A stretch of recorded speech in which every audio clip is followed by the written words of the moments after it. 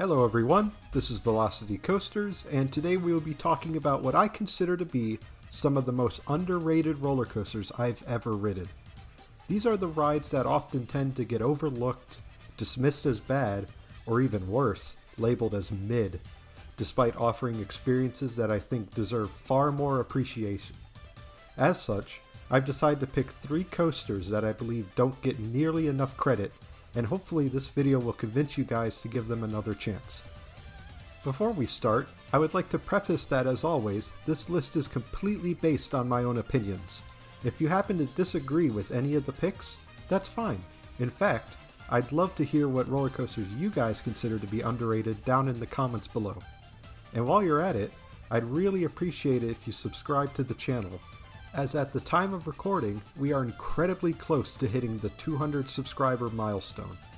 Every single one helps out more than you know, and I really appreciate the support. With that out of the way, let's get into the list.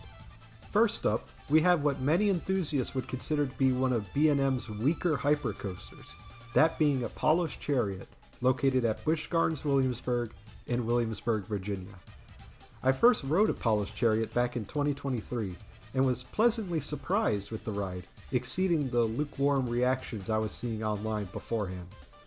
At the time, the only hypercoaster from B&M that I had experienced was Mako at SeaWorld Orlando, and while Mako is still my favorite B&M hyper, Apollo's Chariot still serves as a great ride in its own right. One of the things that immediately stood out to me was the pre-drop, which allowed for some insane airtime in the back row as you get flung over that first drop. The rest of the layout follows the classic B&M Hyper formula with plenty of airtime hills, swooping turns, and some intensity with the turnaround. Since this was one of the company's earliest hypers, the layout isn't quite as refined or relentless as later installations, but that doesn't mean the ride fails to deliver in the airtime department. In fact, there are several surprising pops of airtime throughout the entire ride. My favorite has to be the smaller airtime hill just before the on-ride photo. It looks completely harmless at first, and then suddenly you're dropping into a surprisingly deep trench while getting launched out of your seat.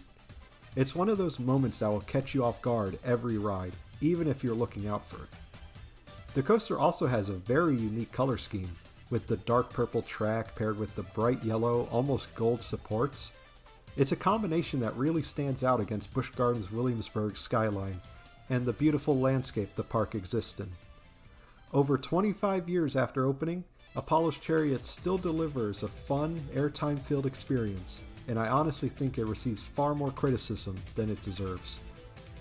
Moving on to my second choice, we have a roller coaster that's only a little over a year old, that being Curse of the Werewolf, located at Universal's Epic Universe in Orlando, Florida. The ride has become quite controversial since opening, the biggest criticisms being that it's way too short, too tame, and that it fails to deliver the same level of theming the rest of Epic Universe does. While I'm not here to argue about the theming, as it does fall short compared to the rest of the park, my handful of rides so far have been anything but tame. Since it's a spinning coaster, your ride experience heavily depends on the weight distribution of the car. Sometimes you'll barely rotate at all, while other times you just can't stop spinning. I happened to get incredibly lucky during one of my most recent visits to the park last December, as I was there with 3 friends of mine, and by sheer coincidence, only one of them was assigned to sit with me while the other 2 got sent to the car behind us. Because our side of the car was so unbalanced, having 2 empty seats, we spun almost non-stop from the first launch all the way to the final brake run. I'm not exaggerating when I say we were laughing the entire time. Every time I managed to look across at my friends, they were just looking at us, shocked at the fact that we just kept spinning over and over again. It was a very chaotic and disorienting, but also a very hysterical ride. I know that's not the typical experience you'll get, but getting to experience the ride at its very best gave me a completely different appreciation for it. It's one of those attractions that's capable of being much better than people give it credit for, but I can still understand why some may just not like it. And finally, we come to what I believe is the most underrated and underappreciated roller coaster I have ever been on. That being my GOAT, Grizzly, located at King's Dominion in Doswell, Virginia. As someone who has ridden both El Toro and Shivering Timbers, I can say with 100% confidence that Grizzly clears both of them. Now I know that is a very hot take, but I ask that you first hear me out. I was fortunate enough to get my first rides back in 2023, shortly after the Gravity Group completed its major retracking project. While I can't speak for how the ride ran beforehand, the version I experienced was incredibly smooth for a nearly 40-year-old wooden coaster. Even when I returned earlier this year, it was still running beautifully. One of my favorite aspects of Grizzly is how secluded it feels.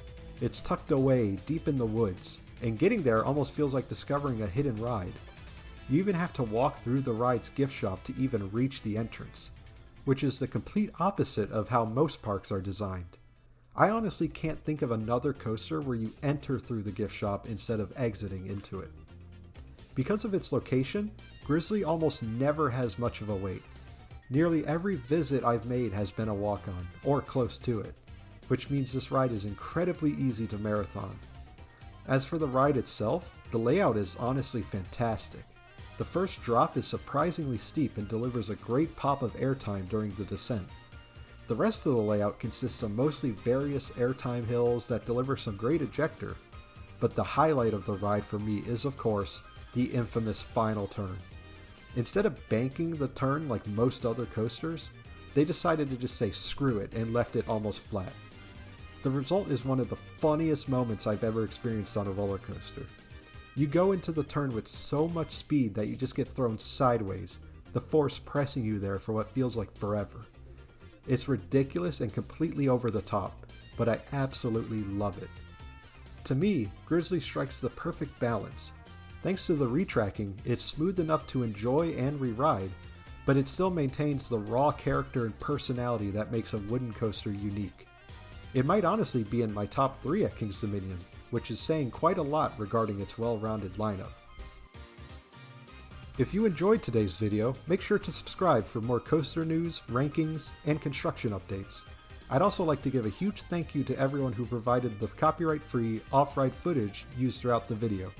Their channels, along with all the music used, will be linked in the description below. Thank you all so much for watching, and I'll see you guys in the next one.